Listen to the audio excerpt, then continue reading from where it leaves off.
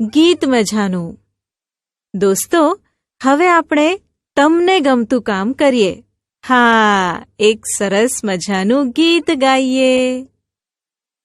મેં એક બિલાડી પાળી છે, તે રંગે બહુ રૂપાળી છે.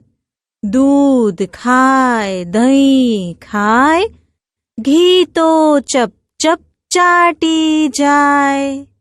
તે હળવે હળવે ચાલે છે, ને અંધારામાં ભાળે છે.